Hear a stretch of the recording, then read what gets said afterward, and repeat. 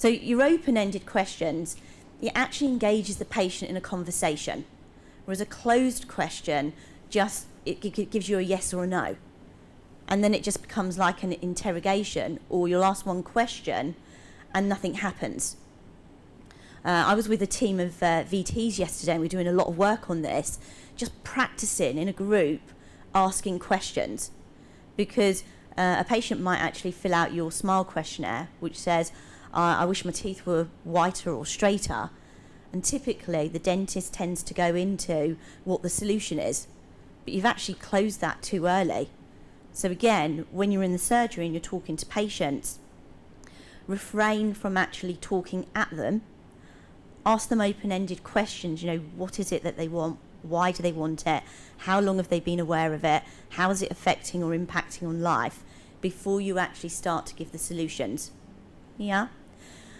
Leading questions, again, I hear dentists using a lot of leading questions. So, for example, are you aware of this in photos? Well, I didn't say that, you just said that. And, a patient's probably going to just nod their head and agree with you. So leading questions, don't work.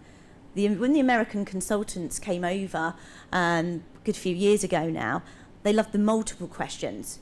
What is it that you'd like to change about your mouth, your teeth and your smile? Well, thought they were all connected. Poor old patient doesn't really know what to say.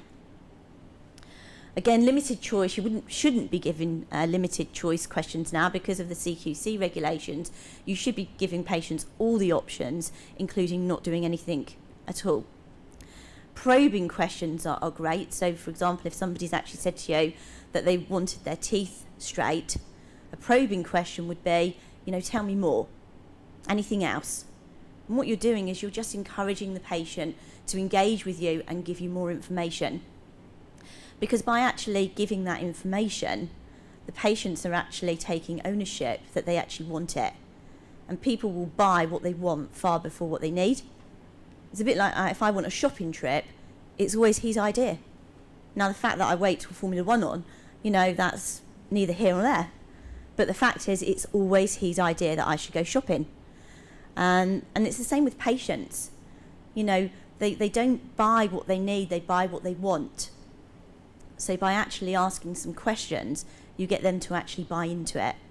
And also what a lot of my practices are doing now, whether it's a free consultation with a treatment coordinator or it's meeting the dentist for the first time in the consultation or examination, what they will do very early on is they'll take a couple of photos, a front view and two side views. It's very different looking at something in the mirror to seeing something on a photo. Come summer, you're going to see people walking past your practices, they've got their crop tops on, and they probably shouldn't because belly's sticking out one side, bum's sticking out the other. But in the morning, in the mirror, they looked all right. But, you don't have a threefold mirror. But if somebody had taken a photo, I don't think they'd have actually made it out. So if you think of some of the patients that you see, they might have a number 3 or number 4 tooth that's actually sticking out slightly. We're probably going to pick that up a lot better if you've actually taken a side view. Now, if you take that shot, and remember these photos are going to protect you, if anything actually goes wrong, because you've got a photo right at the beginning. And then what I would do is I would actually pop a pen or a pointer in the patient's hand and ask them their open-ended questions about what concerns them. Typically what happens is if you've got photos up on a screen like this, the patients come to you because their front teeth are crooked, but now they're seeing an amalgam shining through one of the teeth, and also the bottom teeth are starting to concern them as well. So the patient's got control of this pen and they're telling you everything that they want. The only thing you've got to do is give them the appropriate treatment plan to make it happen.